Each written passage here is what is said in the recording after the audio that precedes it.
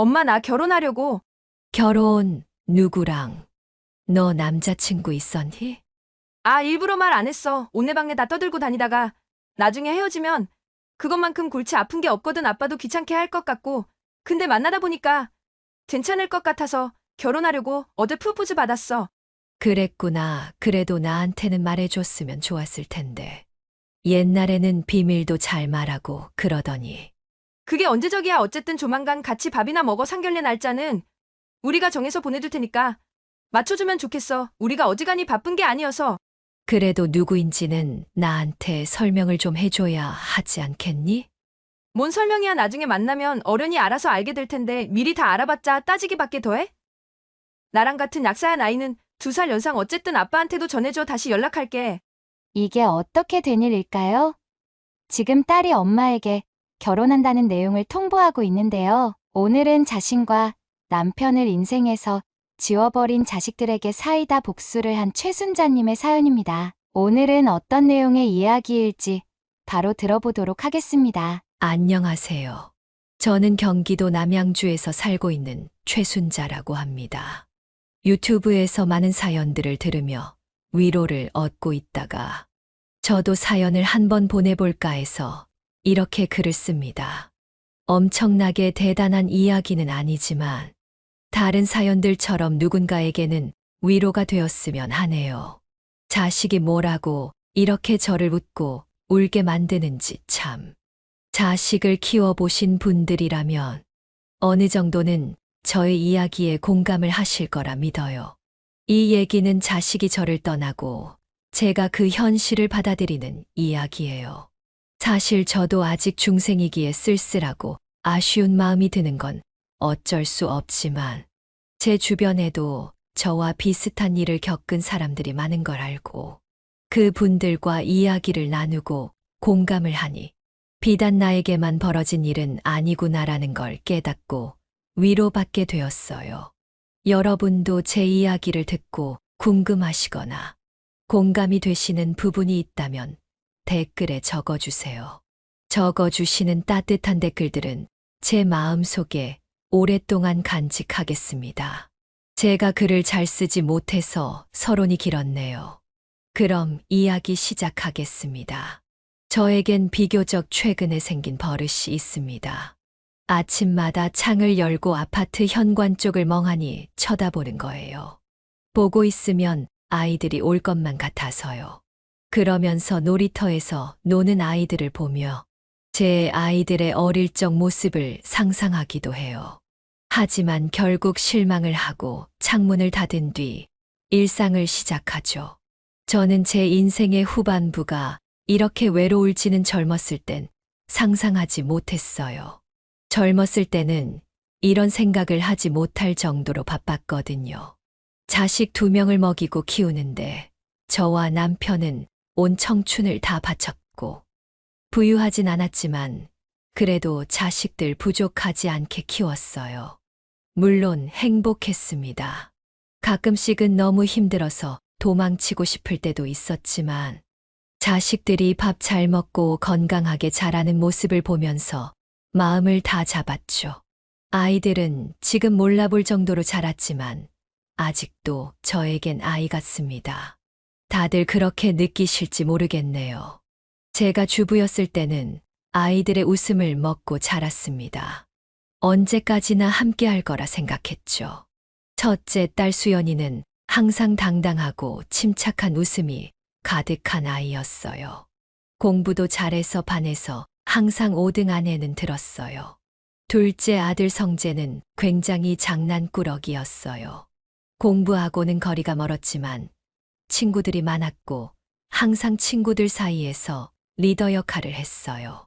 그 2 아이 모두 저에겐 이 세상 무엇과도 바꿀 수 없는 소중한 존재들이었죠. 물론 지금은 고인이 된 남편도 마찬가지였습니다. 어렸을 적 친구의 소개로 만나 결혼한 저희 둘은 천생연분이라고는 할 수 없지만 서로를 존중하고 아끼며 살아왔죠. 남편이 가끔 회사 일 때문에 집에서 화를 낼 때가 있었는데 그럴 때 말고는 딱히 싸운 적도 없었어요. 시어머니와 시아버지가 남편을 만나기 전에 돌아가셔서 시집살이를 할 일도 없었죠. 누군가는 제가 편하게 살아왔다고 생각하실지도 모르겠네요. 네, 맞아요. 시집살이를 고되게 하신 분들에 비하면 저는 편하게 살아온 편이죠. 하지만 정말 나름대로는 열심히 살았답니다.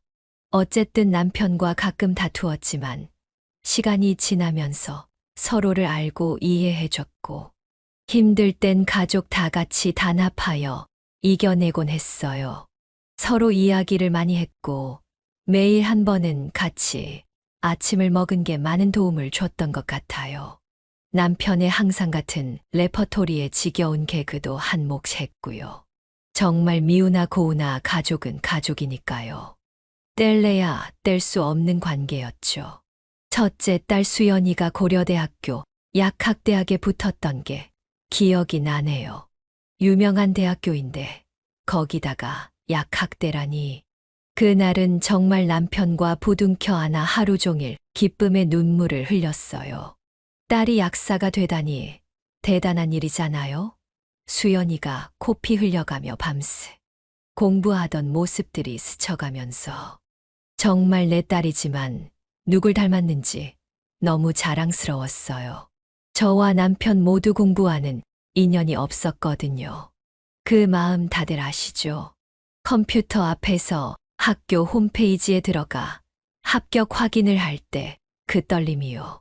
합격이라는 글자를 봤을 때 그 희열은 살면서 몇 번 못 느껴볼 기쁨이었던 것 같아요.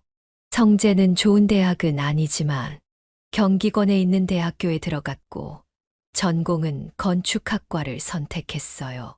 어렸을 적 레고를 좋아해서 많이 사줬는데 그게 영향이 있었나 싶었어요. 아들 성재도 자신의 길을 가는 게 너무 자랑스러웠고 사랑스러웠어요. 그렇게 경사가 있는 날이면 남편과 저는 신나서 함께 외식을 했죠. 꽤 고급진 레스토랑에서요. 그렇게 저와 남편은 아이들의 미래를 진심으로 응원했고 밝은 미래가 펼쳐질 거라는 희망에 부풀어 있었어요. 하지만 동시에 쓸쓸함도 함께였죠. 왜냐하면 아이들과 보내는 시간이 점점 없어졌기 때문이었어요. 아이들은 점점 바빠졌고 제 손을 떠나가는 듯 했기 때문이었어요. 저는 친구도 별로 없고 제 모든 인생을 가족에게 올인했기에 더 그랬던 것 같아요. 제 인생을 좀 더 챙겼어야 했는데 저도 처음 가족을 가져보고 처음 엄마를 해봤기 때문에 알 수가 없었죠. 누군가가 저에게 제 인생을 좀 살라고 말해줬으면 지금처럼 서운하지는 않았을 것 같아요. 아마 그때 누군가 저에게 말해줬어도 저는 알아듣지 못했을지도 모르고요. 어쨌든 수연이는 대학교에 가고 나서 더 바빠졌어요. 약학대가 그렇게 힘든 곳인지 처음 알았어요. 매일같이 학교가 끝나고는 도서관에 가서 밤늦게까지 공부를 했어요. 딸이 이렇게 스스로 공부도 열심히 하고 인생도 최선을 다해 사는 걸 보고 이런 딸이 어딨나 싶고 제가 참 복받은 엄마라고 느꼈어요. 하지만 딸이 가끔 집에 와서 다크서클이 가득한 채로 제 품에 안겨 잠이 들 때면 제가 딸 대신 힘들고 싶다는 생각을 했죠. 성재는 2학년까지 마치고 해병대에 입대를 했어요. 해병대가 워낙 힘들다고 들어서 일반 육군으로 지원하라고 말했지만 성재는 남자는 해병대라면서 절대 안 된다고 했죠. 아들이 입대하던 날 얼마나 울었는지 몰라요. 저한테 서투른 경례를 하고 절을 하는데 1년 동안 흘릴 눈물을 그날 다 흘렸죠. 무사히만 전역했으면 좋겠다는 생각이었어요. 그렇게 아들이 없는 2년 동안 저는 제가 할 수 있는 모든 힘을 다해 아들 뒷바라지를 했어요. 편지도 자주 썼고 전화도 자주 하고 면회도 시간 날 때마다 갔어요. 물론 직접 한 음식을 다 싸가지고요. 나중에는 아들이 피자랑 햄버거가 더 좋다고 했는데 그때 좀 서운하더라고요. 어쨌든 그렇게 몇 년이 지났을까. 아이들은 학교를 모두 졸업하고 직업을 가지게 되었어요. 딸은 당연히 초보 약사가 되었고, 아들은 꽤 큰 중견 건설회사에 취직을 했어요. 요즘처럼 취업이 어려울 때 두 자식이 속 하나 안 썩이고 바로 직업을 가졌다고 말해주는 게 얼마나 복받은 일인지를 깨달았어요. 이때쯤 되니 정말 아이들 다 키웠다는 생각이 들었죠. 이제 결혼만 시키면 제가 할 일은 다 끝이라고 생각했어요. 하지만 이런 아이들의 성공이 저와의 이별을 의미하는 건지 알게 된 건 좀 더 나중의 일이었어요. 아이들이 일터 근처로 집을 구해서 나가자 집은 마치 텅 빈 동굴 같았어요. 이렇게 조용한 적은 거의 없었거든요. 수연이가 없으면 성재가 있고 성재가 없으면 수연이가 있었어요. 근데 이렇게 모든 사람이 다 나가고 집에 혼자만 있으니 갑자기 찾아온 적막함을 어떻게 이겨내야 할지 모르겠더라고요. 그래서 혼자 있을 때 갑자기 슬퍼져서 눈물을 흘리기도 했습니다. 죄송해요. 제가 많이 꼴불견이죠. 아이들이 너무 보고 싶었어요. 그때마다 전화를 하면 아이들은 바쁘다며 나중에 연락을 하자고 말하기 일쑤였죠. 그래서 점점 전화보다는 언젠가 답장을 해줄 문자를 보냈어요. 그게 덜 서운하더라고요. 아이들은 점점 바빠지기 시작했어요. 처음에는 그래도 참아볼만 했어요. 하지만 시간이 지나면서 수연이는 일 끝나고도 공부를 해야 한다며 연락을 하지 않았고, 아들 성재는 일이 끝나면 친구들이나 직장 동료들과 술 먹기 바빴어요. 그렇게 아이들은 점점 집에 오는 횟수를 줄이더군요. 처음엔 일주일에 한 번, 그 다음엔 2주에 한 번, 한 달에 한 번, 3달에 한 번, 이런 식으로요. 그래도 남편이 있어서 저녁엔 괜찮았어요. 가끔은 아이들에게 서운해서 남편에게 뒷담화를 하기도 했죠. 자기 얼굴에 침 뱉기였지만요. 낮에 너무 심심하다 보니 아르바이트를 하기도 했어요. 볼링장에서 카운터를 봤죠. 그러니까 좀 낫더라고요. 그래도 손님이 없을 땐 외롭고 쓸쓸하기 마련이었어요. TV 드라마도 모두 섭렵을 했죠. 혼자 있는 시간이 많으니까 뭐라도 봐야 덜 심심했어요. 가장 서운한 건 아이들 생일 때였어요. 애들 생일 때 항상 저는 제가 할 수 있는 모든 능력을 다해서 진수성찬을 차렸거든요. 그래서 아이들이 이사하고 나서 첫 생일을 맞았을 때는 당연히 집으로 올 줄 알았어요. 근데 아니더라고요. 사랑하는 수연아, 엄마가 집밥 맛있게 해놨는데 언제쯤 오니? 가족끼리 생일 축하해야지. 우리 자랑스러운 약사님 탄생일이신데. 아, 엄마 미안. 내가 너무 바쁘고 정신이 없어서 말을 못했네. 나 오늘 못 가. 세미나가 있어서 거기 참석해야 돼. 미리 말 못해서 미안. 아, 그래. 그럼 내일은? 내일은 일해야지. 일 끝나면 10시라서 집에는 못 갈 것 같아. 그럼 일해야지. 주말엔 올 수 있지. 주말에는 약사 동기 모임이 있어서 안 될 것 같은데. 미안해요. 엄마, 내가 시간 날 때 집에 꼭 내려갈게. 그때 맛있는 거 먹자. 축하해줘서 고마워. 그때 저는 많은 음식들을 전부 버려야 했어요. 저와 남편이 처리하기에는 너무나 많았죠. 음식을 버릴 때 그 심정은 정말 최악이었어요. 남편은 저에게 와서 토닥여 주었지만 아무런 위로도 되지 않았죠. 그래도 저는 저를 탓했어요. 제가 미리 전화해서 물어보았다면 이런 멍청한 일은 발생하지 않았을 테니까요. 근데 정말 슬펐던 건 둘째 아들의 생일 때였어요. 그때는 미리 전화해서 물어봤죠. 성재도 오겠다고 했고요. 아들 언제쯤 와? 너 오면 같이 밥 먹으려고 기다리고 있는데. 응, 무슨 밥? 아, 미안 엄마. 나 까먹었다. 요즘 누가 생일을 챙겨 아빠랑 같이 드셔. 그래도 미역국은 먹어야지 생일인데. 너 좋아하는 갈비찜도 해놨어. 오늘 뭐 하는데? 와서 밥만이라도 먹고 가. 됐어. 엄마 나 지금 친구들이랑 속초로 놀러 왔어. 엄마 힘들 텐데 다음부터는 그렇게 밥 차리지 마. 다음에 내가 가서 밥 사줄게 맛있는 걸로. 그래 밥은 잘 먹고 다니지? 그럼 엄마 회사 근처에 맛집 천지야. 내 걱정은 하지 말고 엄마나 잘 챙겨 먹어. 이제 애들 와서 끊어야 해. 엄마 고마워. 그날도 많은 음식을 대부분 버릴 수밖에 없었어요. 정말 슬펐죠. 아이들에게 밥 해주고 그 핑계로 얼굴 보는 게 저희 사랑이자 낙이었는데 아이들이 이제 저보고 밥을 하지 말라고 하니까 어떻게 해야 할 줄 모르겠더라고요. 저는 서툰 사람이라 애들 밥 맛있게 해주는 게 저의 가장 큰 사랑이라고 생각해 왔었거든요. 그걸 하지 말라는 건 저에게 더 이상 애정을 주지 않아도 된다는 뜻처럼 들렸어요. 그래도 이해했어요. 아이들 자리 잡히면 괜찮겠지. 일이 바쁘니까 그럴 거야.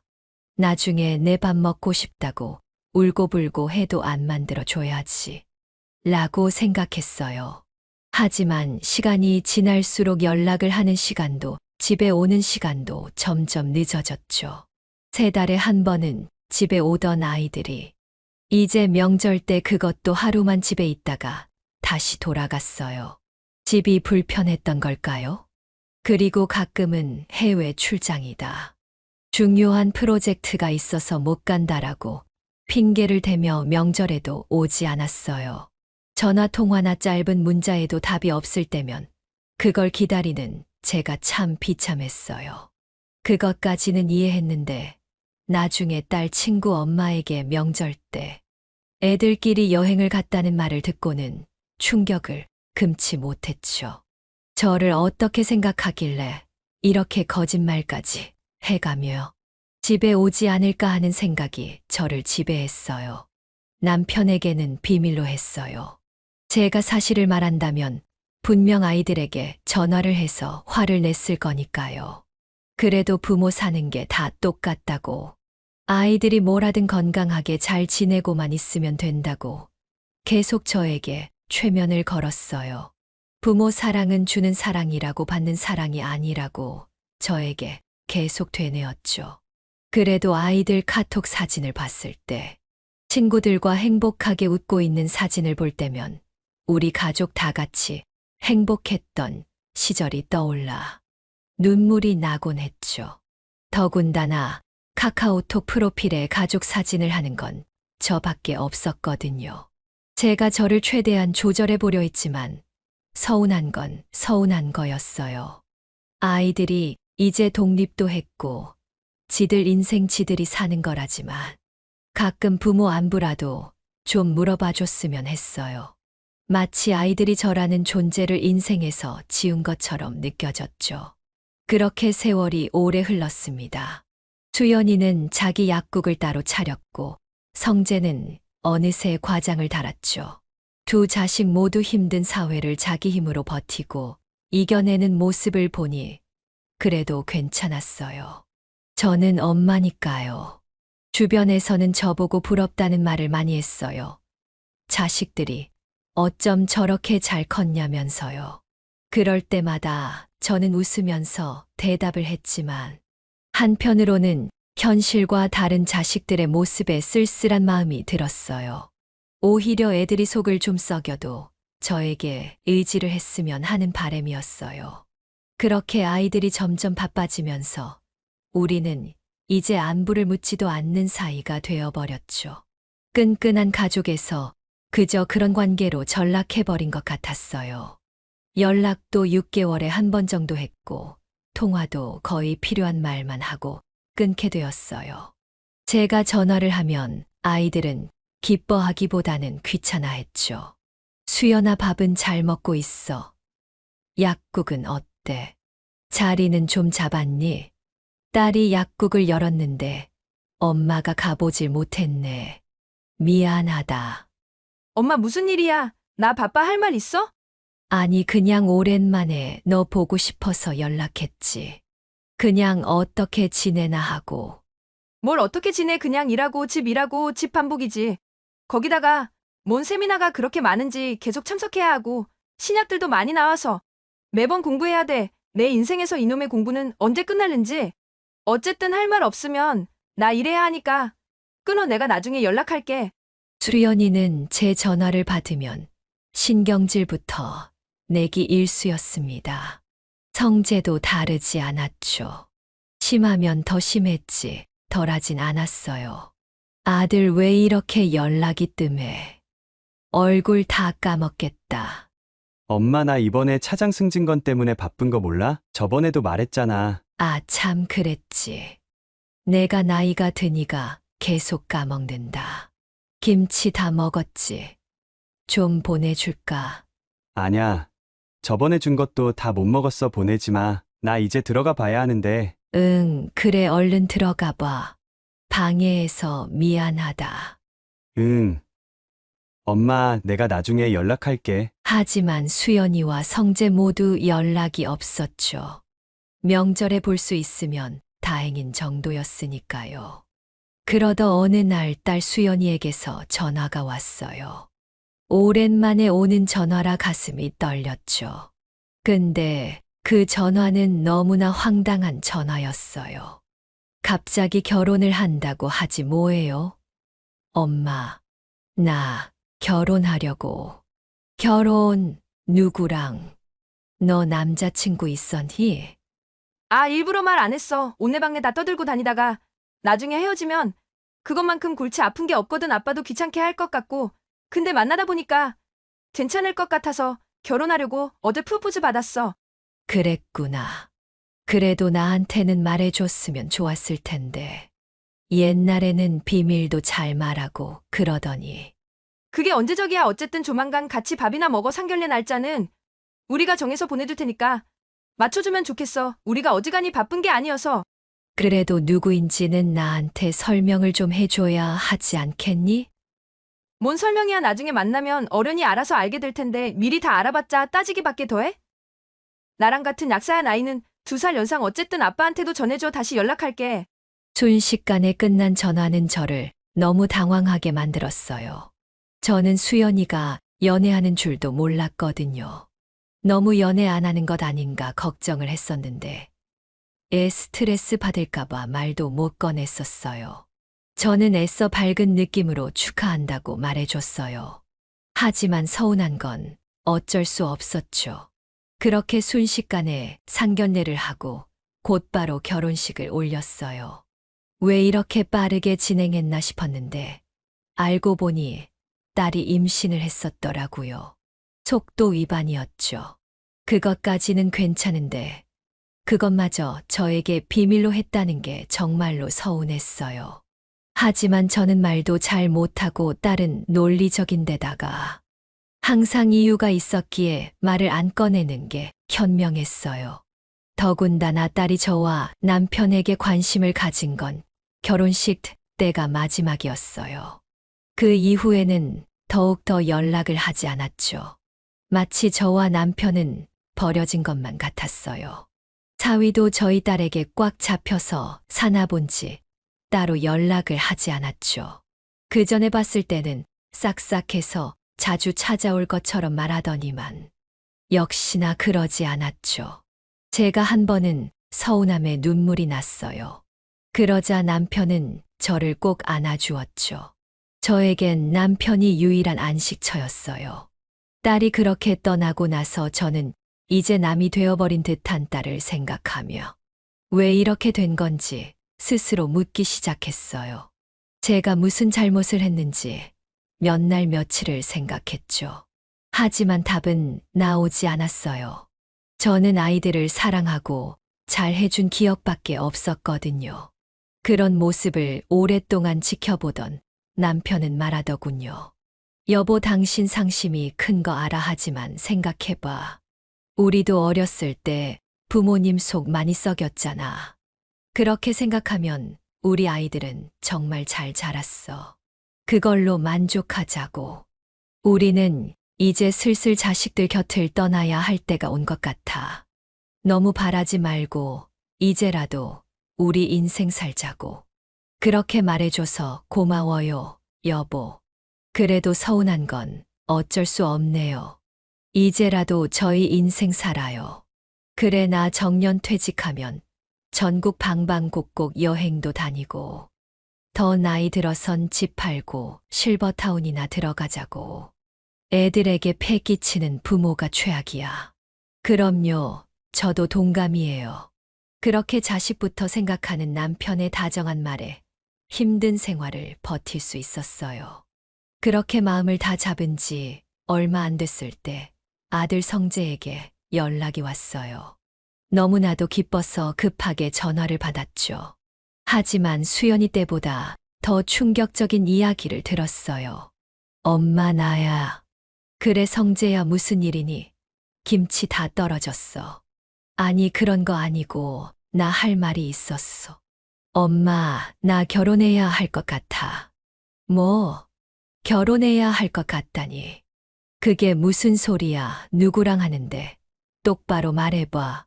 성재의 목소리는 떨렸어요. 뭔가 실수를 한 것 같은 목소리였죠.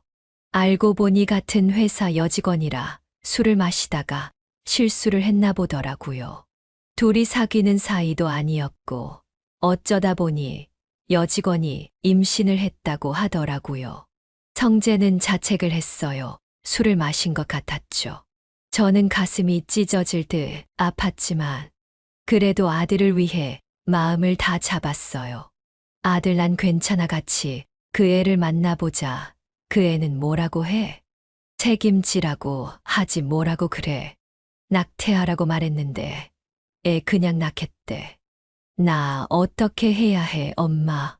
당연히 애는 낳아야지. 생명은 소중한 거야. 너가 실수한 거니까 너가 책임을 져야 하는 게 맞고. 엄마가 예전부터 그렇게 가르쳤잖니. 하지만 섣불리 결혼을 했다가는 모두 불행해질 수 있으니 일단 차분하게 얘기를 해보는 게 먼저일 것 같아. 고마워, 엄마, 힘이 되네. 내가 그럼 약속 잡아서 다시 연락할게. 그렇게 아들은 전화를 끊었어요. 저는 전화를 가슴에 끌어안고 엉엉 울었죠. 남편은 그 소식을 듣고 굉장히 열받아 했지만 제가 더 서글프게 우는 바람에 티도 내지 못했죠. 더 어이없던 건 그 후였어요. 성재는 저에게 연락을 하지 않았어요. 둘이 이야기를 잘했나 본지 결혼하기로 정했더라고요. 그렇게 수연이 때와 마찬가지로 후다닥 결혼을 준비했고, 그래도 급히 준비한 것 치고는 무사히 결혼식을 마칠 수 있었어요. 둘은 곧바로 신혼여행을 떠났고 다행히 둘은 잘 맞는 듯 했어요. 성재는 그렇게 급할 때만 저를 찾았고 괜찮아지니까 저는 다시 찬밥 신세가 되어버렸어요. 딸과 아들의 새 집도 가보지 못했죠. 하지만 남편이 있어서 괜찮았어요. 오랜 시간 동안 적응도 되었고요. 어느 날 남편이 거실에서 뭘 보고 있길래 가보니 앨범이더라고요. 아이들이 어렸을 적 사진이 다 담겨져 있었어요. 남편이 사진 찍어주는 걸 좋아해서 아이들 사진이 많이 남아 있었어요. 아이들 첫 올 때부터 유치원 졸업사진, 고등학교 졸업사진, 대학교 입학사진까지 많은 사진들이 있었어요.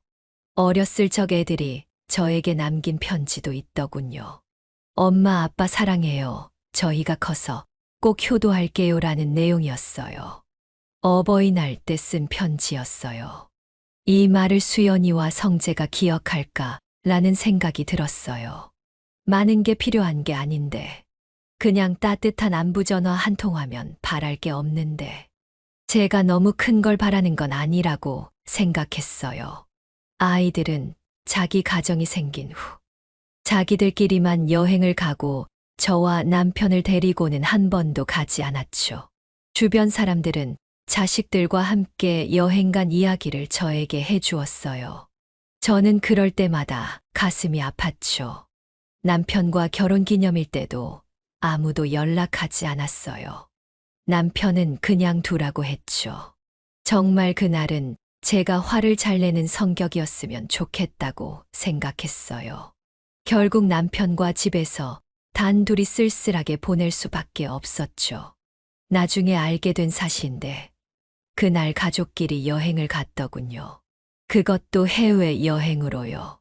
그렇게 명절이 되었어요. 딸은 시댁에 가봐야 한다며 저희 집에 오지 않았고 성재는 며느리, 친정이 호주라면서 다녀오겠다고 오지 않았어요. 결국 또 남편과 단둘이 보낼 수밖에 없었죠. 제가 젊었을 땐 명절이면 항상 부모님과 어른들을 찾아뵙고 세배를 드리는 게 당연했는데 요즘 아이들은 그렇게 생각하지 않는 것 같았어요. 제가 잘못된 건지 아이들이 잘못된 건지 헷갈리더라고요. 남편은 다 우리들 업보라며 우리가 업고 가자고 말했죠. 정말 서운했지만 그래도 저만 바라봐주는 남편이 있어서 견딜 수 있었어요. 만약 남편마저 밖으로 나돌거나 신경질적인 사람이었으면 저는 버틸 수 없었을 거예요. 그런데 어느 날 괜찮던 남편이 밥을 먹다가 뒤로 쓰러져 버렸어요. 갑작스레 말이에요. 여태까지 아픈 거라고는 감기 걸렸던 게 다였던 양반인데 밥을 먹다가 그대로 쓰러지는 게 말이 안 되잖아요. 저는 구급대원을 불러서 남편을 병원으로 데리고 갔죠. 그때는 정말 정신이 하나도 없었어서 기억이 잘 나지 않아요. 얼마나 급히 나왔던지 신발도 한 짝만 신고 병원에 간 거지 있죠. 다행히 친절한 간호사 한 분이 저에게 슬리퍼를 사다 주셨어요. 남편은 급성 뇌출혈 진단을 받았습니다. 생명이 위험하다고 하더군요. 경과가 좋더라도 식물인간이 될 가능성이 높다고 했어요. 그리곤 혹시 모르니 마음의 준비를 하라는 말도 덧붙였어요. 정말 하늘이 무너지는 것만 같았어요. 왜 이런 일이 저에게 일어나는지 알 방법이 없었죠. 제가 무슨 잘못을 했다고 하늘에서 이렇게 벌을 주는 건지, 제가 전생에 큰 잘못을 저질렀나 했어요. 저는 엉엉 울며 급히 아이들에게 전화를 했어요. 동수야, 수연아, 너희 아버지가 뇌출혈로 쓰러지셨다. 지금 위급하시니까 얼른들 와라. 의사 선생님이 마음의 준비를 하라고 하셨어. 근데 놀라운 건 그 둘 모두 남편의 임종을 지키지 못했다는 거예요. 뭐라고 엄마? 나 지금 남편이랑 해외에 와 있어. 지금은 바로 못 가고 내일 아침에 비행기 타고 갈게. 엄마 아빠 많이 위급한 상황이야? 나 지금 회사 세미나에 와 있어. 지금 끝나고 술을 마셔서 힘들 것 같고 내일 아침에 바로 올라갈게. 결국 그날 밤 제 남편은 하늘나라로 떠났습니다. 남편은 아이들의 목소리를 듣지 못하고 먼 곳으로 여행을 갔죠. 저는 남편의 손을 꼭 잡고 한참을 울었습니다. 아이들이 원망스러웠고 남편이 불쌍했습니다. 꼭 저의 미래를 보는 듯 했죠. 저도 언젠가 이런 상황이 올 텐데 그때도 아이들은 오지 않을 것 같았습니다. 차라리 제가 먼저 갔더라면 남편이라도 제 옆에 있어 줬을 텐데요. 의사 선생님은 사망 판정을 내리고 남편의 산소호흡기를 벗겼습니다. 그렇게 저는 혼자가 되었습니다. 남편의 장례식은 병원에 붙어 있는 장례식장에서 진행했습니다. 담당자분이 저에게 와서 장례 과정을 설명해 주는데 제대로 들릴 리가 없었죠. 아이들이 얼른 와줬으면 하는 바람뿐이었습니다. 현주와 성재는 장례 이튿날이 되어서야 도착을 했습니다. 저는 그 사이 손님들을 받느라 제대로 슬퍼할 시간도 없었죠. 아이들은 아버지의 죽음이 믿기지 않는 듯 마구 울기 시작했습니다. 슬퍼하는 자식들을 보니 그래도 위안이 되더군요. 하지만 그날이 다 가기도 전에 딸과 아들은 저에게 와서 말했습니다. 엄마 나하고 성대는 일이 바빠서 가봐야 할 것 같아. 아버지는 좋은 곳으로 가셨을 거야.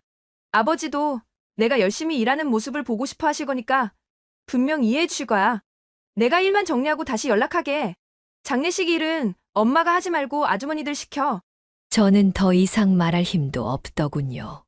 그놈의 나중에 연락한다는 말은 더 이상 듣고 싶지 않았습니다.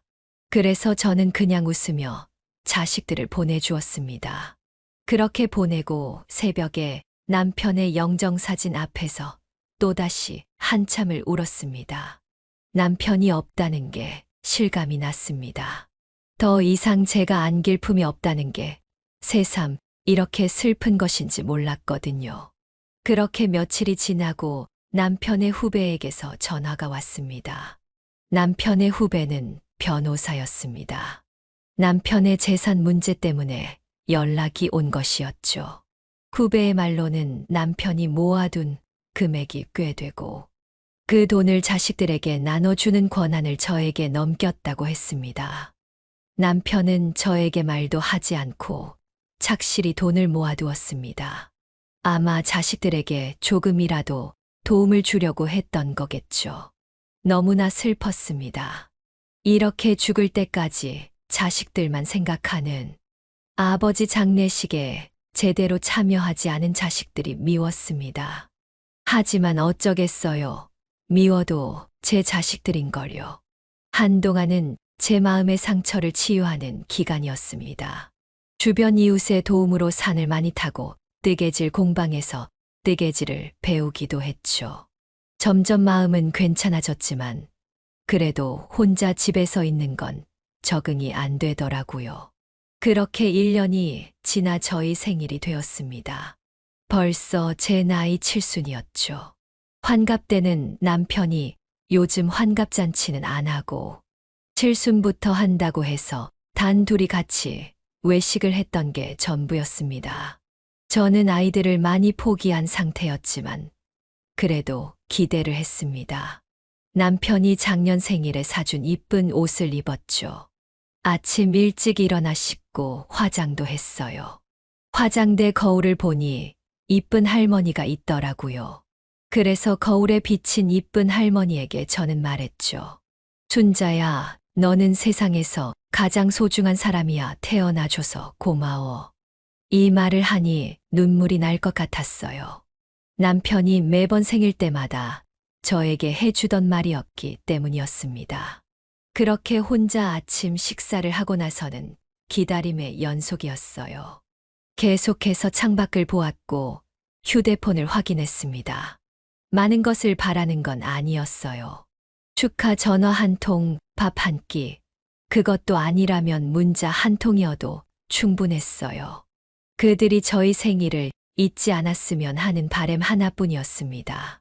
하지만 저녁이 되어도 수연이와 성재에겐 연락이 오지 않았죠. 저는 더 이상 혼자 집에 있기 싫어 밖으로 나섰습니다. 남편과 자주 걸었던 공원을 걸었죠. 걷다가 항상 앉아서 쉬던 벤치에도 앉았어요. 공원 가운데 있는 호수를 보며 남편을 생각했죠. 신기하게도 남편이 간지 얼마나 됐다고 얼굴이 기억이 잘 안 나더라고요. 어떻게든 잘 기억해내려고 노력했습니다. 세월은 무색하지 않더라고요. 그때였어요. 저보다 나이가 들어 보이는 할머니가 저에게 오셔서 병음료 뚜껑을 따달라고 하셨어요. 그래서 저는 병뚜껑을 따서 드렸죠. 할머니는 매실음료를 꿀꺽꿀꺽 다 드시더니 고맙다는 미소를 저에게 지어주셨어요. 옷이 아주 이쁘네요. 오늘 좋은 날이신가 봐요. 네, 오늘 제 생일이거든요. 그것도 7순이에요. 7순이요? 생각보다 나이가 있으시네요. 너무 젊게 봤네요. 생일인데 가족은요? 가족이요? 다들 바빠서 저 보러 올 시간이 없나 봐요. 참 나중에 후회하면 어쩌려고. 사람들은 가장 소중한 걸 가끔 잊고 살아요. 괜찮아요. 자식들만 잘 살면 저는 괜찮아요. 남편도 그렇게 말해 주었고요. 할머니는 작은 손으로 제 손을 꽉 잡아주시며 말씀하셨어요. 불행하지 않는 게 행복이에요. 오늘은 가장 행복한 날이니 좀 웃어봐요. 자식들은 이제 신경 쓰지 말아요. 마지막 가기 전 자기 인생을 살다 가는 거예요. 아무도 신경 쓰지 않고. 처음 보는 할머니였지만 꼭 저를 아는 듯이 말씀하셨어요. 오래전 돌아가신 어머니가 생각이 났죠. 그 말을 들으니 눈물이 왈칵 쏟아지더라고요. 제가 눈물이 좀 많아요, 할머니. 죄송해요. 아니에요. 여기 좀 기대요. 그래서 저는 저보다 나이 많은 할머니 어깨에 살포시 기대서 잠시 쉬었습니다. 그렇게 할머니와 인사를 하고 집에 돌아오는 길에 문득 저를 위해 살아야겠다는 생각을 했어요. 제가 너무 자식들에게 집착을 했던 거구나라는 걸 깨달았다고나 할까요? 왜 이런 깨달음은 항상 한 발자국 늦게 오는지. 집에 도착할 때까지 기대도 하지 않았지만 역시나 연락은 오지 않았어요. 그래서 저는 저 혼자 생일 축하를 해야겠다고 생각했어요. 그래서 집에 있는 초코파이 한 상자를 꺼내 케이크를 만들고 집에 있는 작은 양초 하나를 꽂았습니다. 불을 켜고 저를 위한 생일 축하 노래를 부른 뒤 소원을 빌었어요. 남편에게 그리고 저에게요. 저를 위해 비는 소원은 처음이었어요. 항상 가족과 아이들을 위해서만 소원을 빌었었거든요. 기분이 묘했어요. 기쁘더라고요. 방금 전까지만 해도 너무나 우울했는데 말이에요. 그래서 그런지 갑자기 입맛이 돌더라고요. 저녁까지만 해도 배가 하나도 안 고파서 한 끼도 먹지 않았는데 말이에요. 저는 초코파이를 하나 먹고 밖으로 나섰어요. 제가 평소에 먹고 싶었던 식당에 가기로 했죠. 그런데 아는 곳이라고는 가족들이랑 갔던 패밀리 레스토랑밖에 없었어요. 그래서 그곳에 가서 함박 스테이크를 하나 주문하고 와인도 하나 주문했어요. 패밀리 레스토랑이라서 그런지 가족들로 가득 차 있었고 둘러보니 저만 혼자인 것 같더라고요. 술은 정말 오랜만에 먹는 것 같았어요. 혼자 밥을 먹고 술을 마시는 건 70 인생 처음 해보는 거였고요. 나름대로 나쁘지 않았어요. 말동무가 있었으면 좋겠다는 생각은 했지만 생각보다 혼자 자기만의 시간을 즐기는 것도 나쁘지 않더라고요. 그렇게 밥과 술을 맛있게 먹고 저는 집으로 돌아왔어요. 약간의 취기 때문인지 몰라도 뭐든지 할 수 있을 거란 생각이 들었어요. 그리고 저는 지금까지 저를 위해서 살지 않았다는 생각도 들었고요. 그래서 여행을 떠나기로 했어요. 그날 당일에요. 그래서 저는 바로 가방과 캐리어를 여러 짐을 쌌어요. 그리곤 집을 바로 나섰어요. 뒤도 돌아보지 않고요. 그렇게 나오니 어디 가야 할지 막막하더라고요. 그래서 그나마 자주 갔던 버스터미널로 향했어요. 생각보다 우리나라에 갈 곳들이 많더라고요. 저는 가보지 않은 곳에 가고 싶었습니다. 저를 아는 사람이 한 명도 없는 곳으로요. 그렇게 지도를 보다 보니 경주가 보이더라고요. 경주는 살면서 한 번도 가지 못했던 곳이었어요. 그렇게 저는 바로 티켓을 끊고 심야 버스를 타고 경주로 향했어요. 도착하니 시원한 바람이 저를 반겨주었어요. 꼭 새로 태어난 기분 같았죠. 저는 일단 작은 한옥 숙소에 짐을 놓고 차 한 잔을 마셨어요. 주인 아주머니가 제 또래였는데 아주 친절하셨죠. 혼자 왔냐고 물었고 저는 혼자라고 답했어요. 주인 아주머니는 저를 빤히 쳐다보더니 밝게 웃어주셨죠. 더 이상 묻지 않았어요. 뭔가 마음이 통한 것 같은 느낌이었죠. 그렇게 저는 차를 마시고 점심을 먹은 뒤 경주에서 보고 싶은 것들을 찾아 돌아다녔어요. 그렇게 첨성대도 받고 안압지도 받고 불국사도 받고 볼록하게 솟아있는 능들도 봤어요. 그렇게 많이 돌아다니다 보니 배가 고파서 저녁도 평소보다 많이 먹었죠. 그날은 정말 달이 아름다웠어요. 지금까지 기억나는 거 보니 그 달을 보며 남편을 생각했고 저의 미래를 생각했죠. 자식들이 생각나기도 했지만 나쁜 생각만 들어서 그만두었어요. 그렇게 저는 일주일 동안 경주를 여행했어요. 어렸을 때 아이들 데리고 가봤던 놀이동산도 혼자 가봤죠. 할머니가 혼자 놀이동산을 돌아다니고 있으니 사람들은 아마 이상하게 봤을 거예요. 그렇게 저는 저만을 위한 첫 여행을 마치고 집으로 돌아왔어요. 돌아오니 다시 적막한 기분이 들더군요. 방금 돌아왔지만 다시 나가고 싶다는 생각이 들었어요. 그래서 저는 다시 떠나기로 했죠. 이번엔 바다를 보고 싶어서 남해로 향했어요. 이게 두 번째라고 첫 번째보다는 훨씬 수월했죠.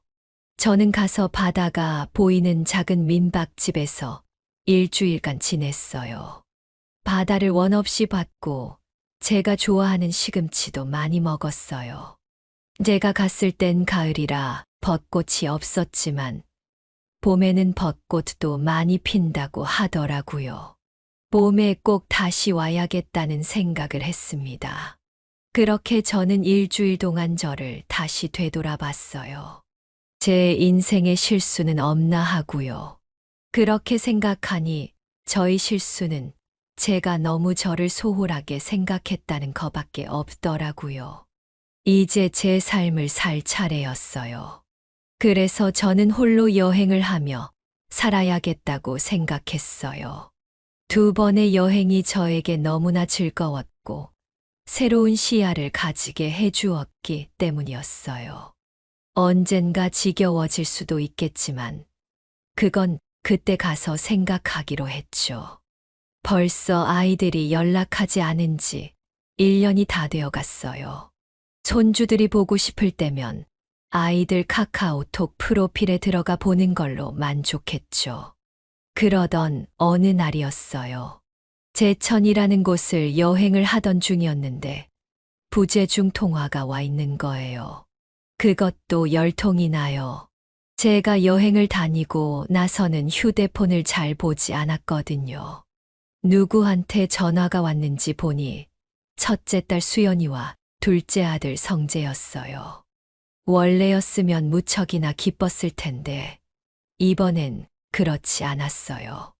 분명 원하는 게 있을 거라 생각했기 때문이었어요. 저는 아이들이 무슨 말을 할까 궁금한 채로 전화를 걸었죠. 엄마, 왜 전화를 안 받아 걱정했잖아. 그래, 수연아 무슨 일이니? 엄마 집 전화도 안 받고 지금 어디야? 지금 잠시 여행 와 있어. 여행? 누구랑? 혼자서. 엄마가? 혼자? 말도 안 돼. 그래서 왜 전화한 거야? 그것도 1년 만에. 아, 사실 엄마한테 부탁할 게 있어가지고. 뭔데? 사실 내가 좀 돈이 필요해서. 아버지 돌아가시고 나서 남겨둔 재산 같은 거 없나 하고.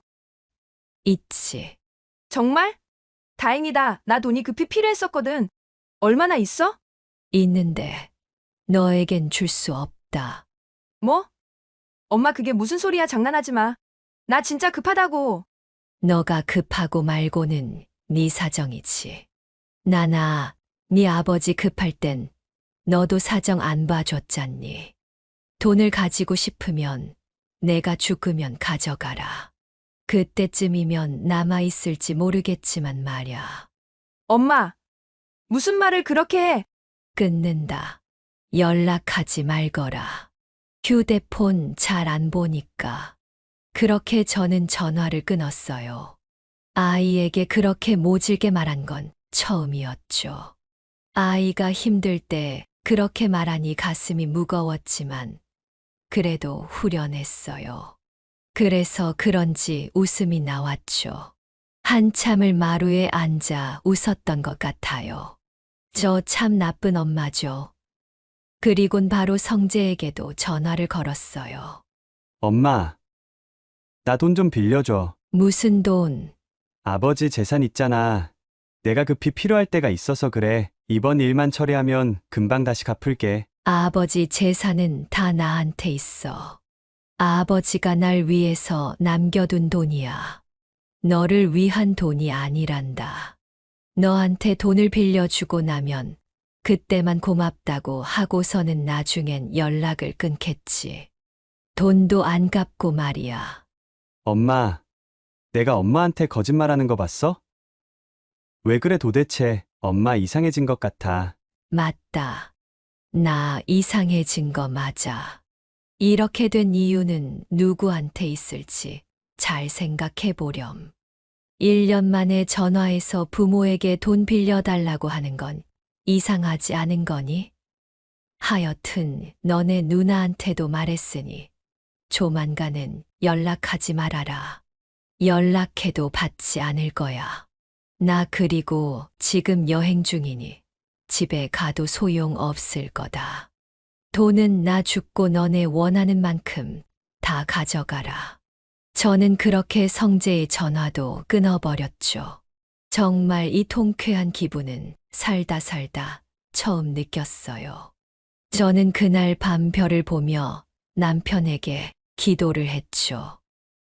여보, 저 오늘 좀 못된 짓을 했어요. 우리 아이들에게요. 당신 보고 있었죠. 아이들이 저희에게 관심을 가져주지 않으니 골탕 좀 먹이고 싶었어요. 너무 뭐라고 하지는 말아요. 아이들이 정말 반성하면 당신이 모아둔 돈 하나도 남김없이 아이들에게 줄 테니까요. 이렇게 저는 저의 못된 마음에 대한 고해성사를 했어요. 그렇게 저는 한동안 다녔던 여행을 마치고 집으로 돌아왔어요. 나중에 알게 된 사실인데 수연이는 남편과 함께 약국을 크게 확장했다가 손님이 없어서 사정이 어려웠던 거였고 아들 성재는 회사에서 나와 사업체를 차렸는데 마찬가지로 수익이 없어서 힘들어했던 거였어요. 하지만 저는 걱정하지 않았죠. 제 아이들은 알아서 잘 이겨낼 테니까요.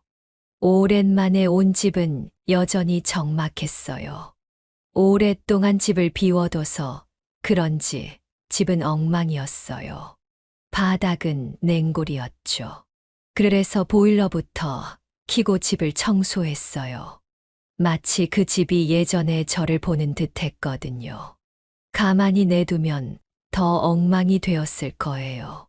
그렇게 청소를 하다 보니 하루가 다 지났어요. 그런데 청소를 마무리하고 소파에 앉으려 하는데 갑자기 심장에서 강한 충격이 왔어요. 저는 숨을 쉴 수가 없었죠. 그래서 가까스로 구급대원에게 연락을 하고 나서는 기절을 했어요. 일어나 보니 병원이더라고요.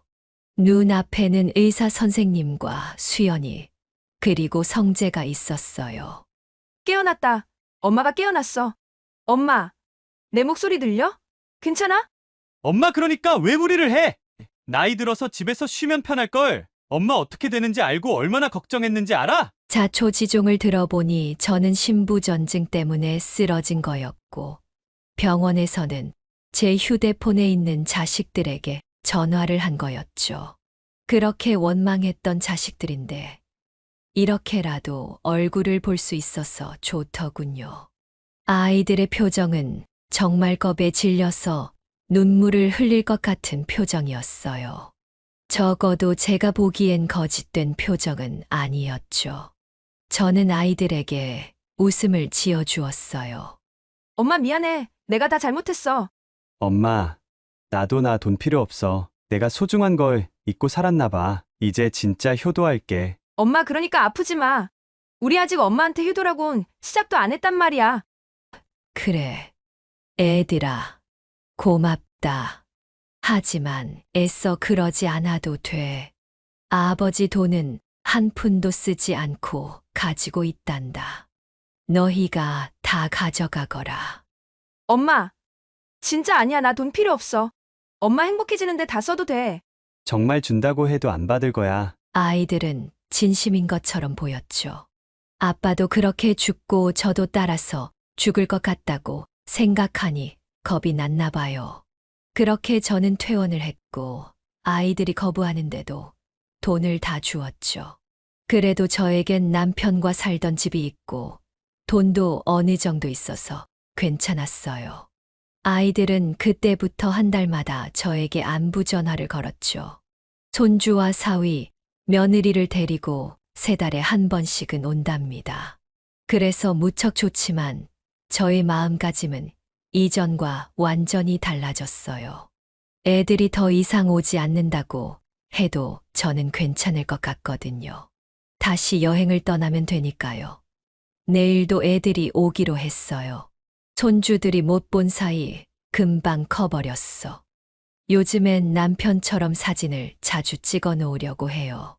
남편이 아끼던 사진기가 있었거든요. 서투르지만 자주 찍다 보니 익숙해지더라고요. 내일 애들을 보고 이번 주말에는 새로운 곳으로 여행을 떠나려고 해요. 이번에는 어떤 여행이 될지 벌써 설레입니다. 건강도 괜찮아요. 그 이후로 약을 먹으니 같은 증세는 나타나지 않더라고요. 저의 여행은 언젠가 끝나겠죠. 그래도 이 사실 하나는 깨달아서 다행이라고 생각해요. 저와 여러분 모두가 그렇듯이 모든 것에 집착을 하는 건 좋지 않은 것 같아요. 저는 그 집착에서 벗어난 것 뿐이고요. 여러분은 혹시 저와 비슷한 경험을 하신 적이 있으신가요? 마찬가지로 혼자라는 우울감과 자책감을 가지고 계시지는 않나요? 여러분의 이야기를 듣고 싶어요. 댓글을 통해 공유해 주세요. 서로 이야기를 나누며 의지하고 의견을 나누다 보면 어떤 문제든 해결될 테니까요.